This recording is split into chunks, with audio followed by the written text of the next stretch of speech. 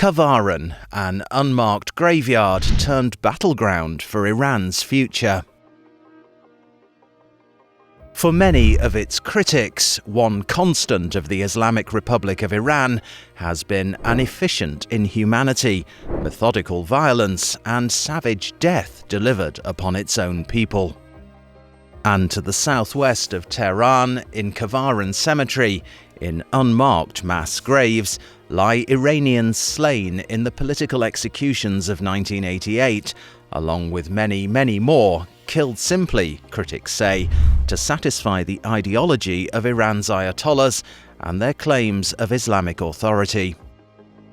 The regime has tried many times to erase the memory of these events, but many more times the families of the dead have refused to let them get away with it, renewing their calls for justice and atonement and calling for the horrors of Khavaran to stand forever. Khavaran was formerly the burial site of Iran's Christians and Baha'is.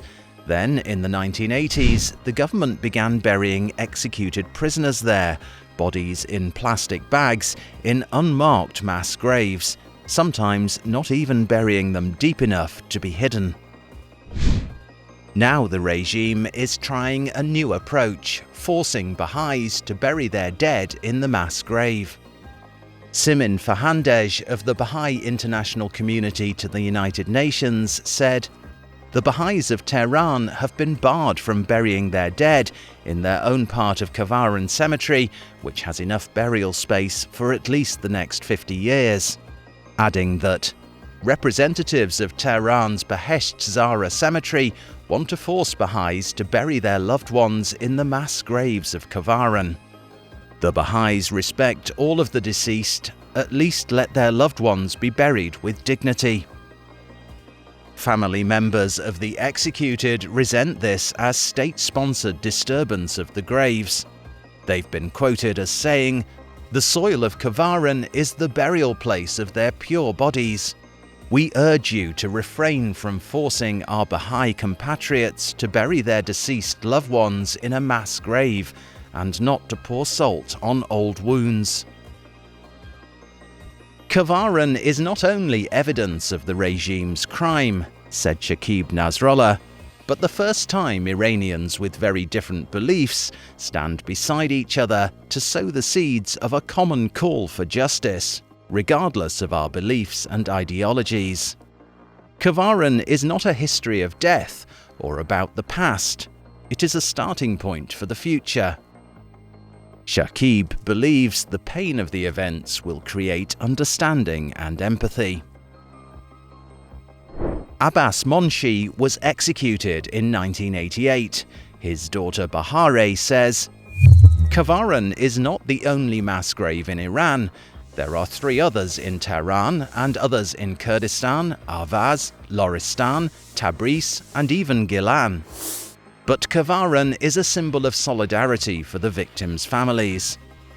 On the last Thursday of every year, they brave all the harassment and gather at Khavaran." Khavaran isn't the only cemetery the government has sought to eradicate either. Mass graves in Ahvaz, Khuzestan, and in Kurdistan have been destroyed. Bahare Monshi says, "They have bulldozed Khavaran itself several times, with the excuse of renovating the cemeteries of religious minorities. For a while, they even closed the gates to Khavaran and did not allow the families to enter. Harassing the families is what they do, all the time. We plant flowers, they uproot the flowers. We even planted a few pine trees, which they uprooted as well." Amongst Iranians, Khavaran represents for many a symbol of a Shia Holocaust. Ladan Bazargan, the sister of Bijan Bazargan, who was executed in 1988, says, "Khavaran is a national symbol of all crimes committed by the Islamic Republic and must be preserved by fighting tooth and nail in the hope that coming generations will not have to experience the same thing." Comparing Khavaran to the Nazi concentration camps, Bazargan concludes, "Khavaran must be preserved as it was on the first day, the same way that Auschwitz was preserved, the same way that other symbols of Nazi crimes were preserved. Khavaran belongs to all of us, because it is about crimes against humanity.